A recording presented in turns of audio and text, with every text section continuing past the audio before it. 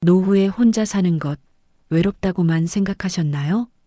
많은 분들이 나이 들면 자녀와 함께 살거나 배우자와 노후를 보내는 게 당연하다고 여깁니다. 하지만 요즘은 다릅니다.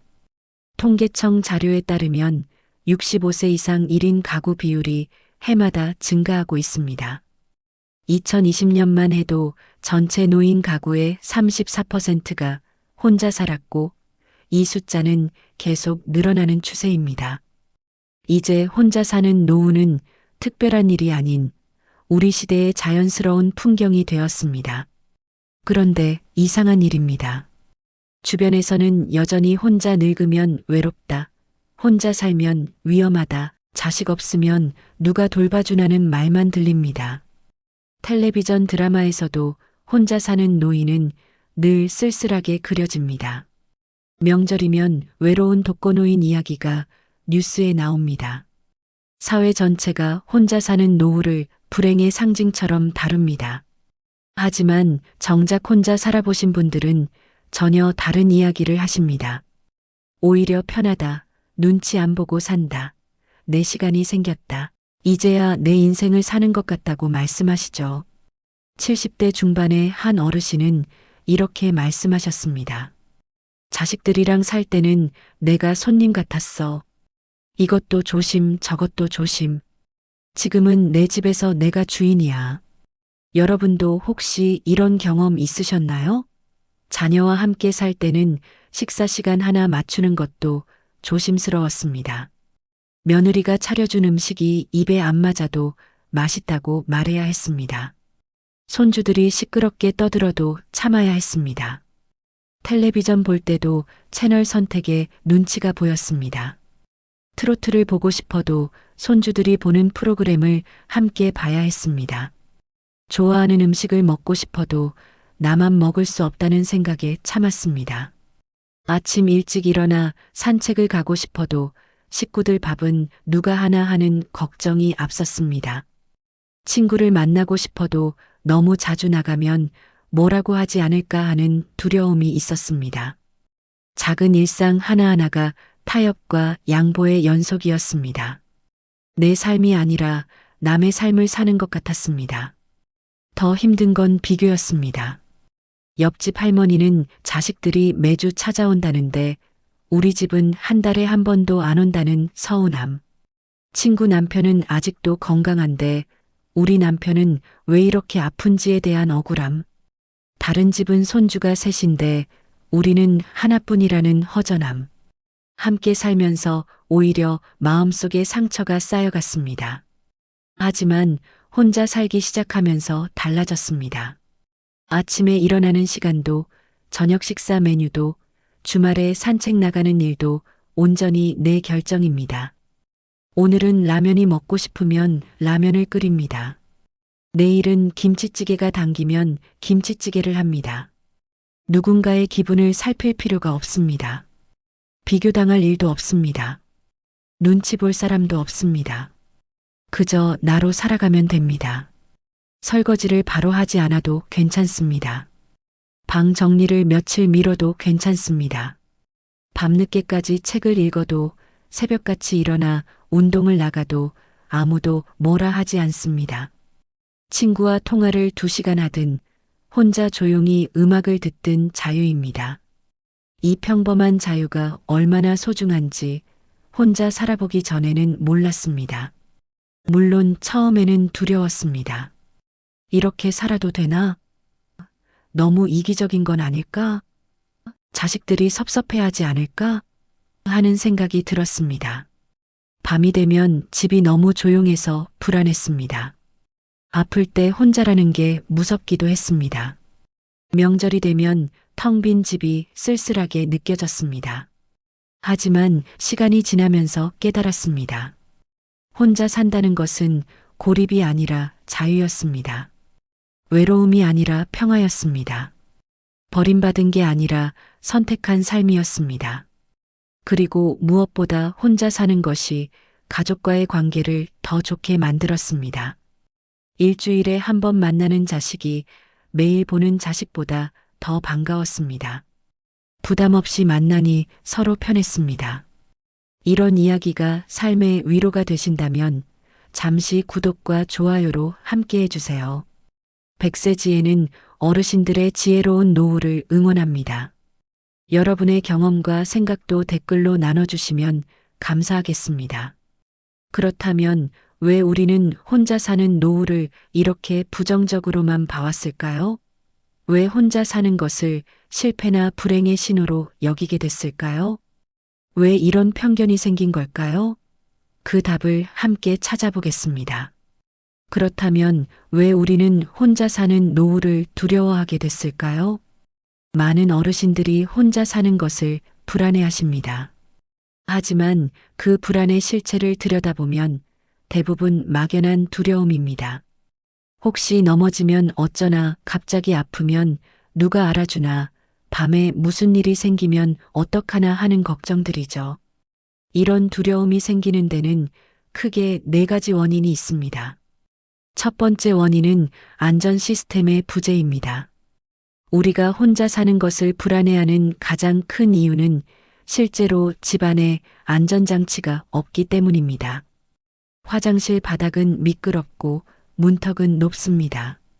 욕조에 손잡이가 없어서 들어갈 때마다 조심스럽습니다. 계단에 난간이 없거나 불안정합니다. 밤에 화장실 가는 길이 어두워서 넘어질까봐 걱정됩니다. 이런 물리적 환경이 불안을 만듭니다. 실제로 65세 이상 어르신의 낙상 사고 중 절반 이상이 집안에서 발생합니다. 화장실에서 미끄러지거나 문턱에 걸려 넘어지거나 어두운 곳에서 방향을 잘못 잡는 경우가 대부분입니다. 하지만 이런 사고는 대부분 예방 가능합니다. 미끄럼 방지 매트 하나, 손잡이 하나, 센서 등 하나면 충분히 막을 수 있는 일들입니다. 문제는 많은 분들이 이런 안전장치를 아직은 필요 없다고 생각하신다는 점입니다. 70대 초반까지는 건강하다고 느끼시니까 80대가 되어서 설치하면 된다고 미루십니다. 하지만 사고는 예고 없이 찾아옵니다. 건강할 때 미리 준비해 두는 것이 현명합니다. 두 번째 원인은 비상연락체계의 부재입니다. 혼자 살 때 가장 무서운 순간은 갑자기 몸이 아플 때입니다. 한밤중에 가슴이 답답하거나 어지러워서 쓰러질 것 같거나 갑자기 다리에 힘이 풀릴 때입니다. 이럴 때 누구에게 연락해야 할지 모르는 분들이 많습니다.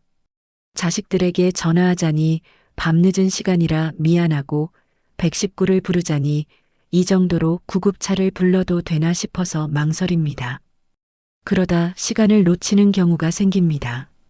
실제로 독거 어르신의 응급상황 대처 시간이 가족과 함께 사는 어르신보다 평균 2배 이상 늦다는 연구 결과가 있습니다.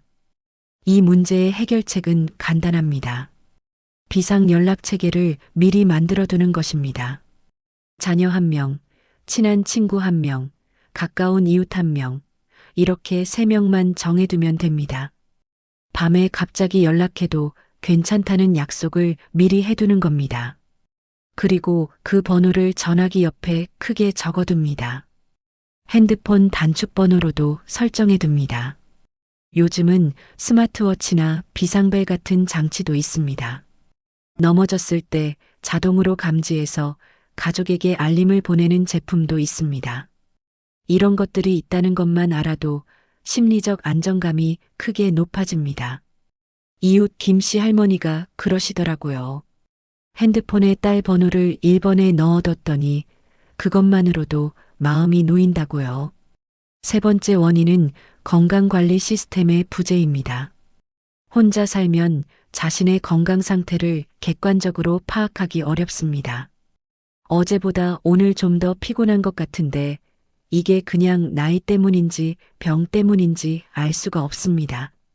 혈압이 평소보다 높은 것 같은데 재어본 적이 없으니 비교할 기준이 없습니다.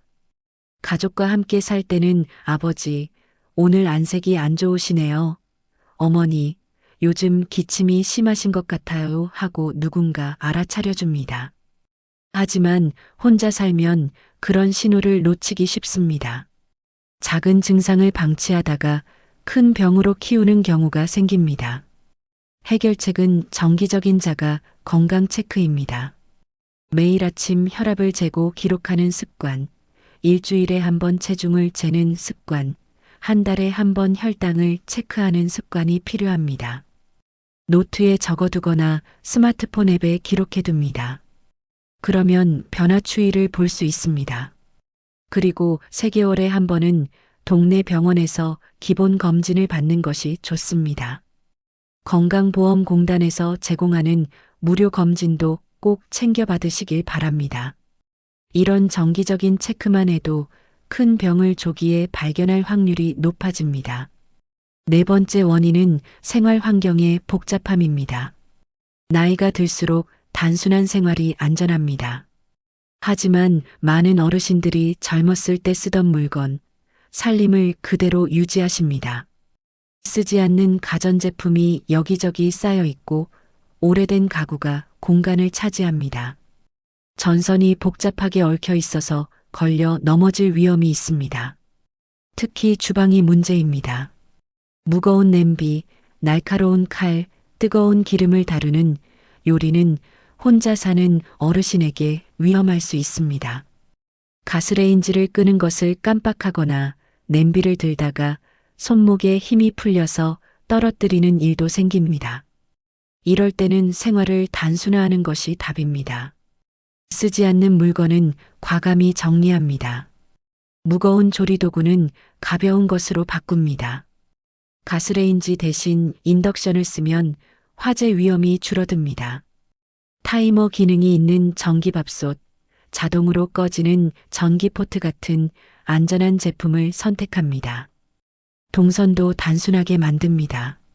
자주 쓰는 물건은 허리 높이에 두고 무거운 물건은 아래쪽에 둡니다. 화장실까지 가는 길에 장애물이 없도록 정리합니다. 이렇게 환경을 단순하게 만들면 사고 위험이 크게 줄어듭니다. 결국 혼자 사는 노후가 불안한 이유는 준비의 문제였습니다. 안전장치를 갖추고 비상연락망을 만들고 건강을 체크하고 생활을 단순화하면 됩니다. 이 4가지만 준비하면 혼자 사는 삶은 위험이 아니라 오히려 가장 안정적인 선택이 될 수 있습니다. 그렇다면 실제로 혼자 사는 노후를 잘 보내시는 분들은 어떻게 생활하실까요? 오늘은 2분의 이야기를 들려드리겠습니다. 한 분은 혼자 살면서 외로움에 빠졌다가 다시 일어선 경우이고, 다른 한 분은 처음부터 혼자 사는 삶을 잘 설계하신 경우입니다. 이 2 사례를 통해 우리는 중요한 교훈을 얻을 수 있습니다. 박할머니는 3년 전 남편을 여의고 혼자 살기 시작했습니다. 처음 6개월은 괜찮았습니다. 자녀들이 자주 찾아왔고 친구들도 위로해줬습니다. 하지만 시간이 지나면서 달라졌습니다. 자녀들은 각자 바쁜 삶으로 돌아갔고 친구들도 점점 연락이 뜸해졌습니다. 그때부터 박할머니의 일상이 무너지기 시작했습니다. 아침에 일어나는 시간이 점점 늦어졌습니다. 남편이 있을 때는 아침 7시에 일어나 밥을 지었는데 혼자 먹을 밥을 짓는 게 귀찮아졌습니다. 그러다 보니 아침을 거르고 점심도 대충 먹었습니다. 저녁은 라면으로 때웠습니다. 외출도 줄었습니다. 예전에는 매일 아침 공원을 산책했는데 혼자 나가기가 싫어졌습니다. 누구 만날 것도 아닌데 뭐하러 나가나 하는 생각이 들었습니다.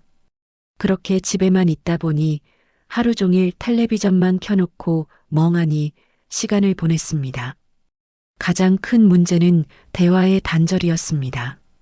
하루 종일 아무하고도 말을 하지 않는 날이 많아졌습니다. 마트 계산대에서 카드요라고 말하는 게 하루의 유일한 대화였습니다.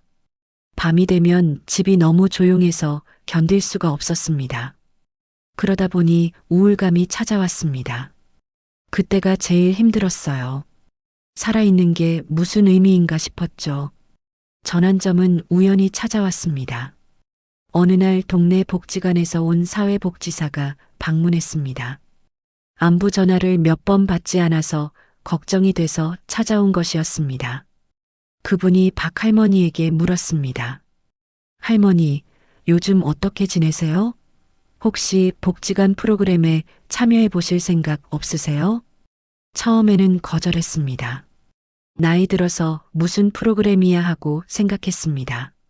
하지만 복지사가 계속 권유했고 결국 한 번만 가보기로 했습니다. 그게 시작이었습니다. 복지관에서는 매주 화요일과 목요일에 노래 교실이 열렸습니다. 박 할머니는 노래를 좋아했습니다. 젊었을 때 합창단 활동도 했었습니다. 첫 수업에 가서 옛날 노래를 부르는데 눈물이 났습니다. 얼마나 오랜만에 노래를 불러보는지 몰랐습니다. 그 다음부터 박 할머니의 삶이 달라졌습니다. 화요일과 목요일 오전 10시 수업에 가려면 8시에 일어나야 했습니다. 씻고 옷을 갈아입고 아침을 먹어야 했습니다. 자연스럽게 생활 루틴이 생겼습니다. 노래교실에서 친구도 생겼습니다. 같은 아파트 단지에 사는 김씨 할머니였습니다.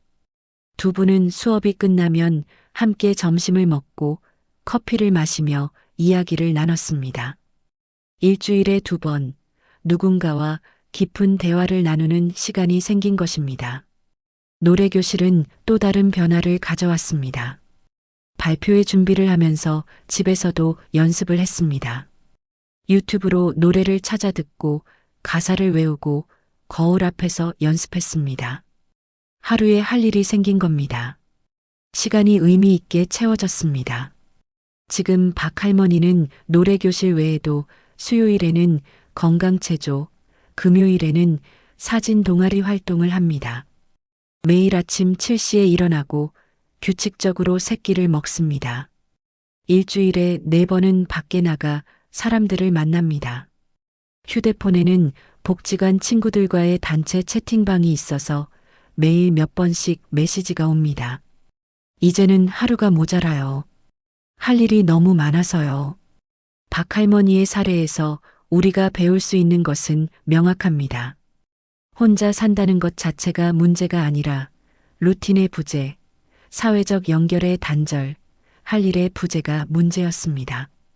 이 3가지만 해결되면 혼자 사는 삶도 충분히 의미 있고 행복할 수 있습니다. 이 할아버지는 처음부터 혼자 사는 노후를 계획적으로 준비하신 분입니다.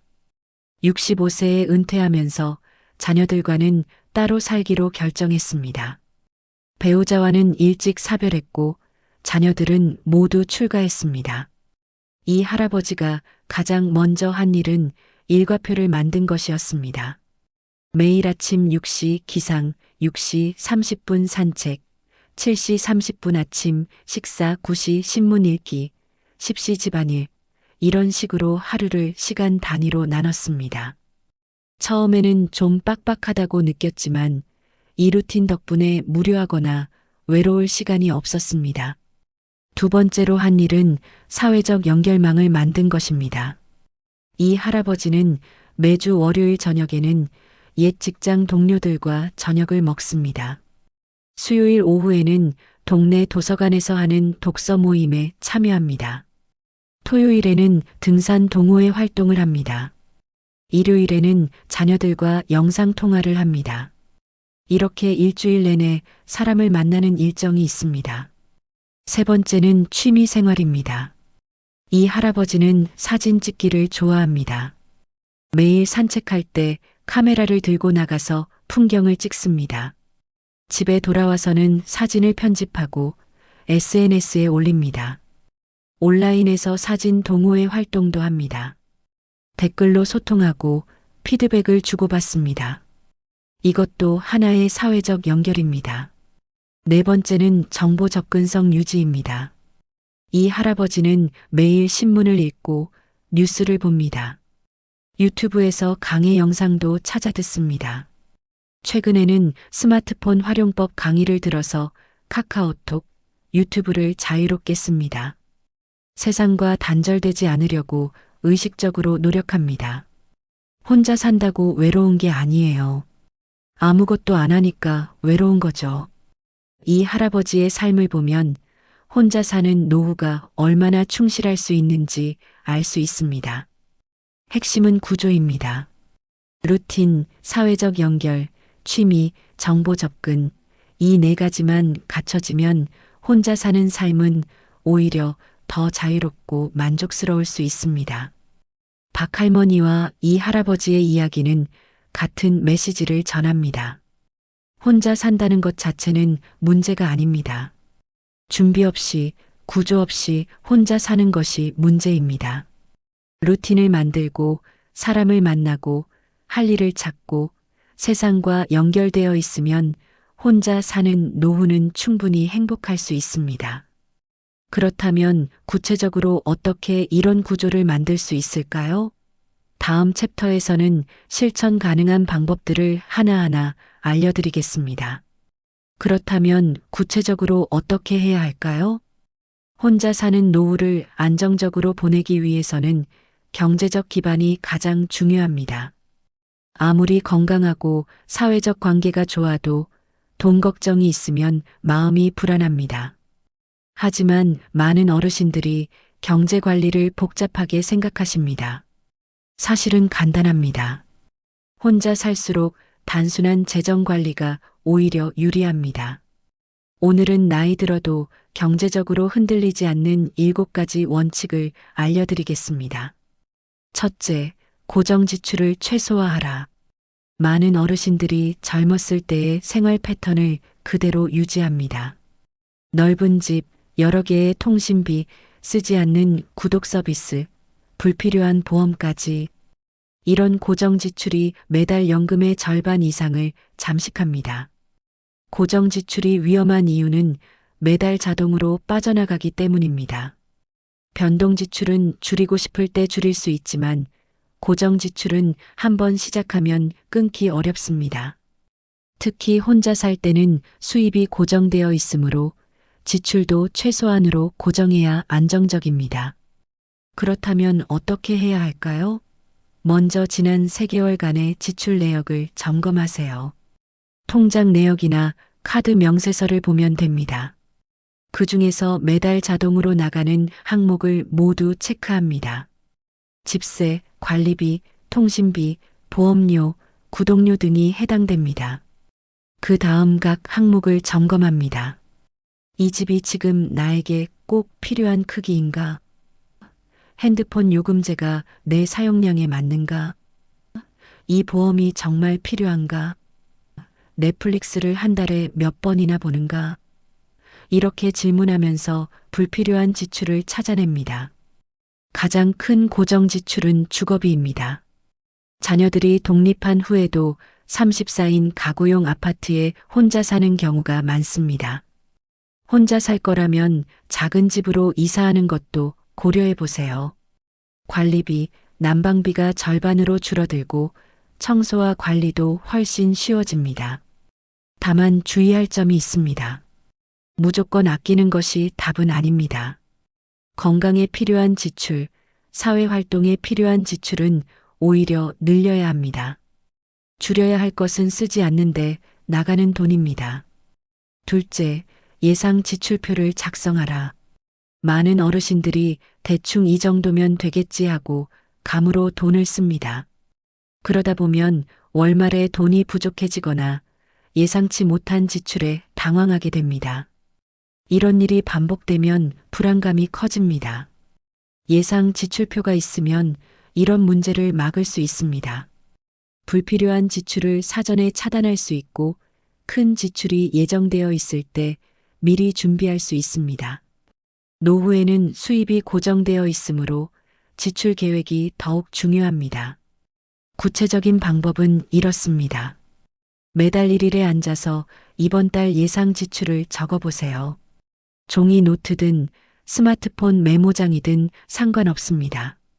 식비, 의료비, 교통비, 통신비, 경조사비, 취미활동비 등을 항목별로 적습니다. 그리고 각 항목에 예산을 배정합니다. 예를 들어 식비 30만 원, 의료비 10만 원, 경조사비 5만 원 이런 식입니다. 전체 합계가 한 달 수입을 넘지 않도록 조정합니다. 여기서 중요한 것은 1020%는 여유분으로 남겨두는 것입니다. 예상치 못한 지출은 항상 생기기 마련입니다. 월말이 되면 실제 지출과 비교해 보세요. 식비는 예산보다 5만 원 초과했네, 의료비는 생각보다 적게 들었네 하는 식으로 점검합니다. 이런 과정을 3개월만 반복해도 자신의 지출 패턴이 명확하게 보입니다. 한 가지 조심할 점은 너무 빡빡하게 예산을 짜지 말라는 것입니다. 가끔은 친구들과 외식도 하고 손주 선물도 사야 합니다. 예산은 통제가 아니라 가이드라고 생각하세요. 셋째, 비상금을 확보하라. 많은 어르신들이 그때그때 쓰면 되지 하고 생각합니다. 하지만 갑자기 병원비가 필요하거나 집에 수리가 필요하거나 예상치 못한 경조사가 생기면 당황하게 됩니다. 이럴 때 비상금이 없으면 자녀에게 손을 벌리거나 고금리 대출을 받거나 필요한 치료를 미루게 됩니다. 비상금은 단순히 돈의 문제가 아닙니다. 심리적 안정감을 줍니다. 무슨 일이 생겨도 괜찮아라는 여유가 생깁니다. 실제로 위기 상황을 헤쳐나갈 힘을 줍니다. 그렇다면 얼마나 준비해야 할까요? 최소 3개월에서 6개월치 생활비를 비상금으로 준비하세요. 월 생활비가 100만 원이라면 300만 원에서 600만 원 정도입니다. 이 돈은 절대 건드리지 않는 신성한 돈입니다. 비상금은 은행 예금에 넣어두세요. 주식이나 펀드처럼 변동성 있는 상품은 안 됩니다. 필요할 때 바로 찾을 수 있어야 합니다. 정기예금보다는 자유입출금식 예금이 좋습니다. 금리는 조금 낮더라도 유동성이 중요합니다. 만약 지금 비상금이 없다면 어떻게 할까요? 매달 조금씩 모으세요. 월 연금의 10%만 떼어놓아도 1년이면 연금의 120%가 모입니다. 2년이면 240%입니다. 이 정도면 충분한 비상금입니다. 비상금이 있다는 것만으로도 마음이 든든해요. 뭔가 생겨도 괜찮아, 돈은 있어 하고 생각할 수 있으니까요. 넷째, 연금 중심 생활을 설계하라. 일부 어르신들은 연금 외에 투자 수익이나 자녀 용돈을 기대합니다. 하지만 이런 수입은 불확실합니다. 주식 시장이 나빠지면 배당금이 줄고 자녀 사정이 어려워지면 용돈이 끊깁니다. 이런 변동성은 큰 스트레스를 만듭니다. 혼자 사는 노후에는 안정성이 가장 중요합니다. 변동이 큰 수입에 의존하면 불안합니다. 국민연금이나 기초연금처럼 매달 고정적으로 들어오는 돈을 기준으로 생활을 설계해야 마음이 편합니다. 먼저 자신의 고정 수입을 정확히 파악하세요. 국민연금, 기초연금, 개인연금 등 매달 정확히 들어오는 금액을 합산합니다. 이 금액 범위 내에서 생활하도록 지출을 맞춥니다. 만약 연금만으로 부족하다면 어떻게 할까요? 2가지 방법이 있습니다. 첫째는 지출을 줄이는 것이고, 둘째는 추가 수입을 만드는 것입니다. 하지만 추가 수입은 보너스로 생각하세요. 기본 생활은 연금으로 해결하고 추가 수입은 저축하거나 특별한 일에 쓰는 겁니다. 주식이나 펀드 같은 변동성 자산은 여유자금으로만 투자하세요. 생활비를 투자하면 시장이 나빠질 때 큰 스트레스를 받습니다. 70대 이후에는 안정적인 예금이나 채권 위주로 자산을 관리하는 것이 좋습니다. 5째, 정기적으로 소비를 점검하라. 한번 시작한 지출은 습관이 됩니다. 매일 커피를 사 마시거나 매주 외식을 하거나 필요 없는 물건을 자주 사는 습관이 쌓이면 큰 돈이 됩니다. 작은 지출은 눈에 띄지 않지만 누적되면 큽니다. 매일 5천 원씩 커피를 사 마시면 한 달에 15만 원입니다. 1년이면 180만 원입니다. 이런 보이지 않는 지출을 잡으려면 정기적인 점검이 필요합니다. 3개월마다 한 번씩 자신의 소비 패턴을 점검하세요. 통장 내역을 보면서 이 돈은 정말 필요해서 쓴 건가? 하고 질문합니다. 습관적으로 산 것, 충동적으로 산 것, 사놓고 쓰지 않은 것을 찾아냅니다. 특히 편의점이나 마트에서 소소하게 쓰는 돈을 조심하세요. 그냥 하나만 이것도 필요할 것 같아서 하고 사는 물건들이 쌓입니다. 장을 볼 때는 꼭 필요한 것만 적은 목록을 들고 가세요. 배고플 때 장을 보면 불필요한 것을 많이 사게 됩니다. 하지만 무조건 안 쓰는 것이 미덕은 아닙니다. 건강에 좋은 음식, 친구들과의 만남, 취미 활동에는 기꺼이 돈을 쓰세요. 줄여야 할 것은 무의미한 소비입니다. 돈을 쓰고 나서 기쁘거나 의미 있다면 그건 좋은 소비입니다. 6째, 금융 사기를 예방하라. 어르신들은 금융 사기의 주요 타겟입니다. 고수익 보장, 원금 보장, 정부 지원금 같은 말에 속아서 평생 모은 돈을 잃는 경우가 많습니다. 한번 사기를 당하면 되돌릴 수 없습니다. 젊었을 때는 다시 돈을 벌 수 있지만 노후에는 회복이 불가능합니다. 가장 확실한 방법은 간단한 원칙 하나를 기억하는 것입니다. 모르는 사람이 전화나 문자로 돈 이야기를 하면 무조건 끊는다. 은행, 경찰, 검찰, 정부기관은 절대 전화로 돈을 요구하지 않습니다. 금융감독원, 국세청, 경찰청도 마찬가지입니다. 투자 권유도 조심하세요. 원금 보장에 연 10% 이자 같은 말은 100% 사기입니다. 정상적인 금융상품은 그런 수익률을 보장할 수 없습니다. 요즘 은행 금리가 연 34% 정도인데 10%를 보장한다는 것은 말이 안 됩니다. 투자하기 전에 반드시 자녀나 은행 직원과 상의하세요. 아들한테 물어보고 연락드릴게요라고 하면 사기꾼은 연락을 끊습니다. 진짜 좋은 상품이라면 기다려줄 겁니다. 지금 당장 해야 합니다. 오늘만 가능합니다 하고 재촉하면 100% 사기입니다. 7째, 경제적 의존을 금지하라. 일부 어르신들은 자녀에게 생활비를 의존합니다. 또는 자녀에게 돈을 빌려주거나 사업 자금을 대주는 경우도 있습니다.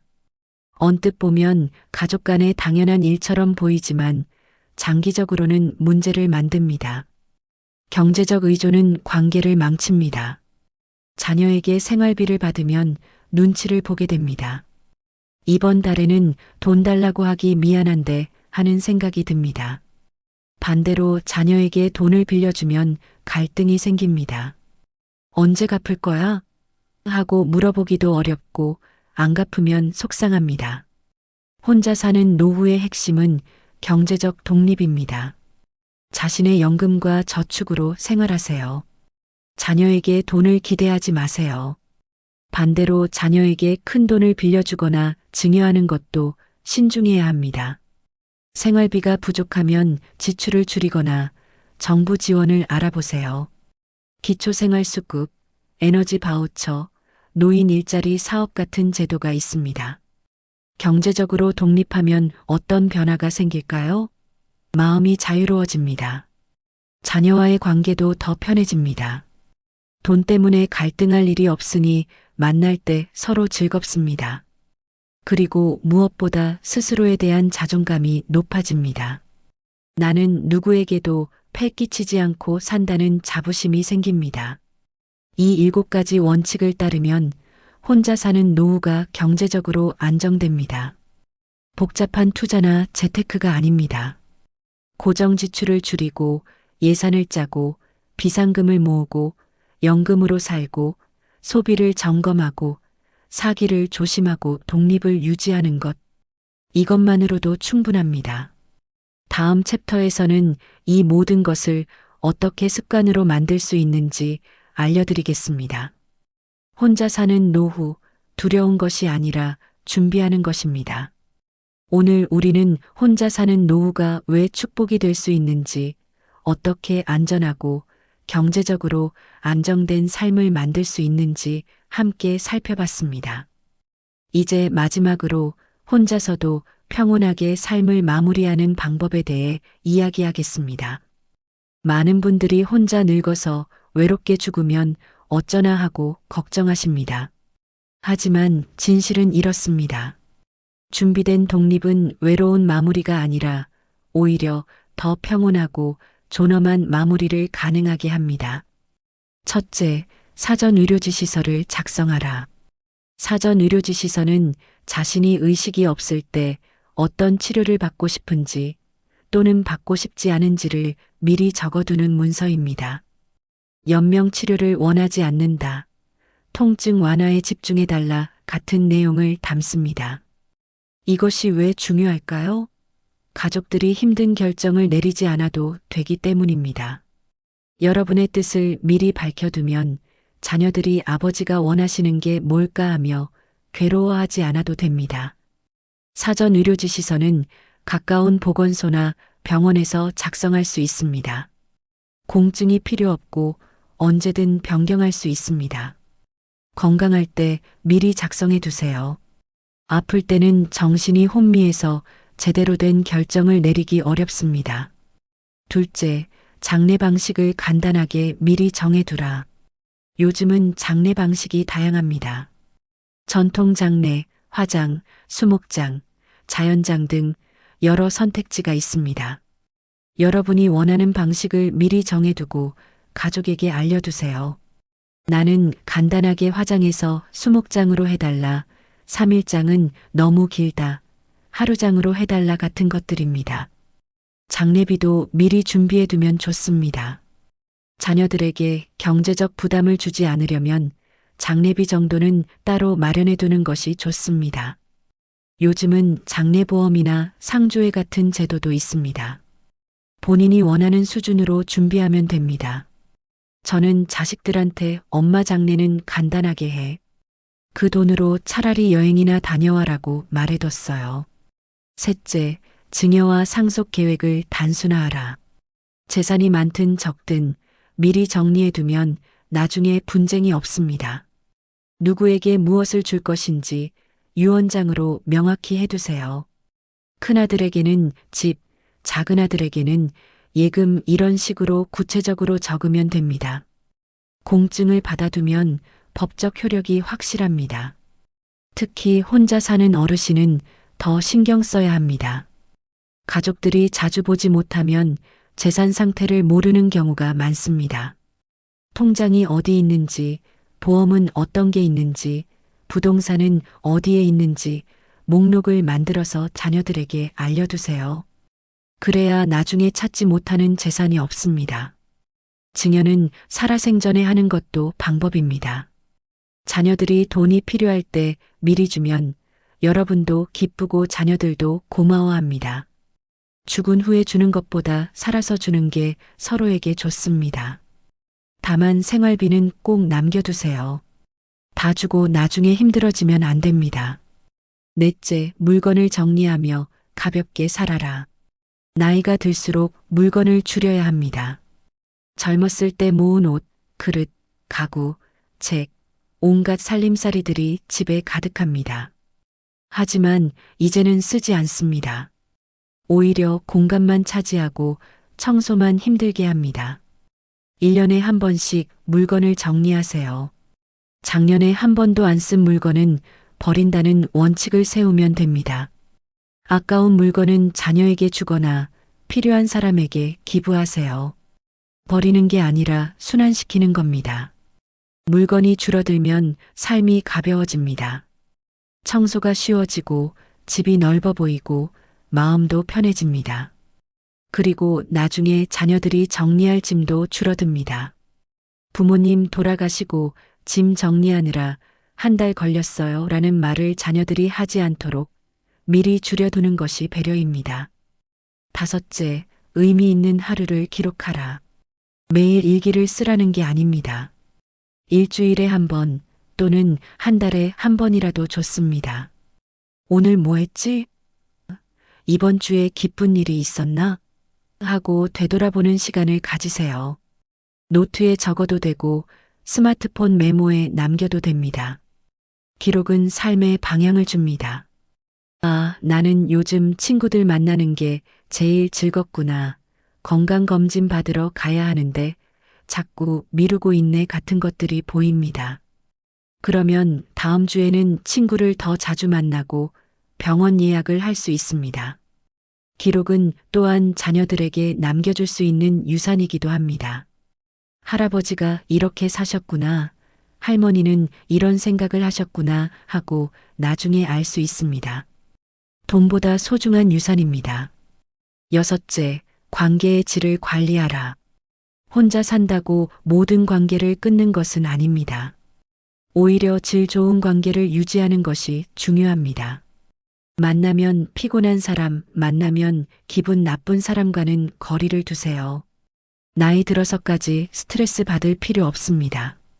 반대로 만나면 기분 좋은 사람, 편한 사람과는 자주 만나세요. 친구든 이웃이든 동호회 사람이든 상관없습니다.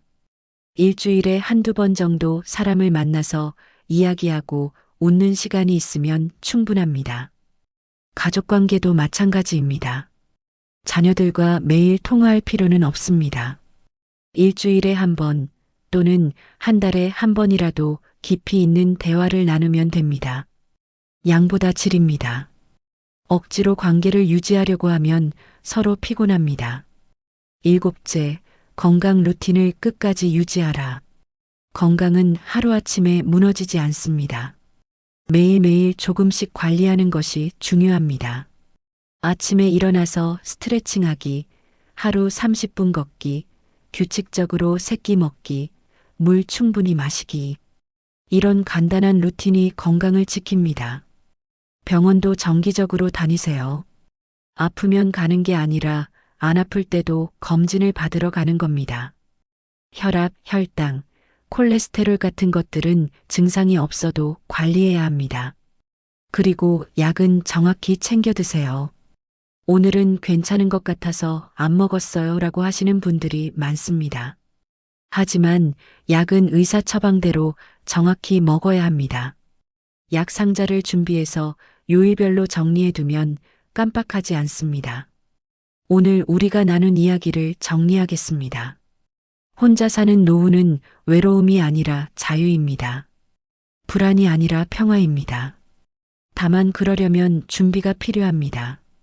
안전장치를 갖추고 비상연락망을 만들고 경제적으로 독립하고 건강을 관리하고 의미 있는 관계를 유지하면 됩니다. 그리고 마지막까지 존엄하게 살다가 평온하게 마무리할 수 있도록 미리 준비해 두면 됩니다. 이 모든 것이 복잡한 게 아닙니다. 하나씩 차근차근 실천하면 됩니다. 혼자 산다는 것은 버림받은 게 아닙니다.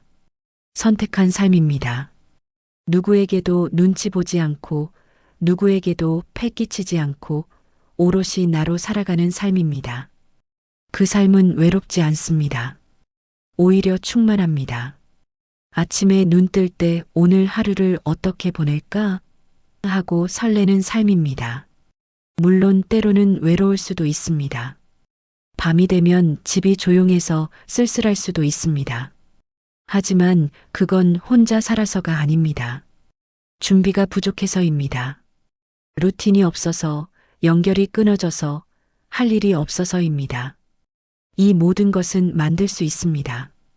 지금 당장 시작할 수 있습니다. 혼자 사는 노후는 고독이 아니라 완성입니다. 평생 남을 위해 살았다면 이제는 나를 위해 사세요.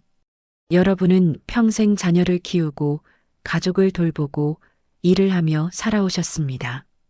이제는 여러분 자신을 위한 시간입니다. 아침에 일어나고 싶을 때 일어나고 먹고 싶은 것 먹고 하고 싶은 것 하면서 사는 시간입니다. 그것이 이기적인 게 아닙니다. 그것이 여러분이 마땅히 누려야 할 자유입니다. 혼자 사는 노후가 불안하다고 느끼셨다면 오늘부터 하나씩 준비하세요. 집에 손잡이 하나 달고 비상연락처 하나 정하고 예산표 하나 작성하고 친구에게 전화 한 통 하세요. 그것만으로도 오늘은 어제보다 나아집니다. 백세지혜는 여러분의 지혜롭고 평온한 노후를 진심으로 응원합니다. 오늘 이야기가 조금이라도 도움이 되셨다면 구독과 좋아요로 함께 해주세요. 그리고 댓글로 여러분의 이야기도 들려주시면 감사하겠습니다. 혼자 사는 노후 두렵지 않습니다. 준비하면 됩니다. 그리고 그 준비는 지금 이 순간부터 시작할 수 있습니다. 여러분 모두 건강하시고 평안하시길 바랍니다. 감사합니다.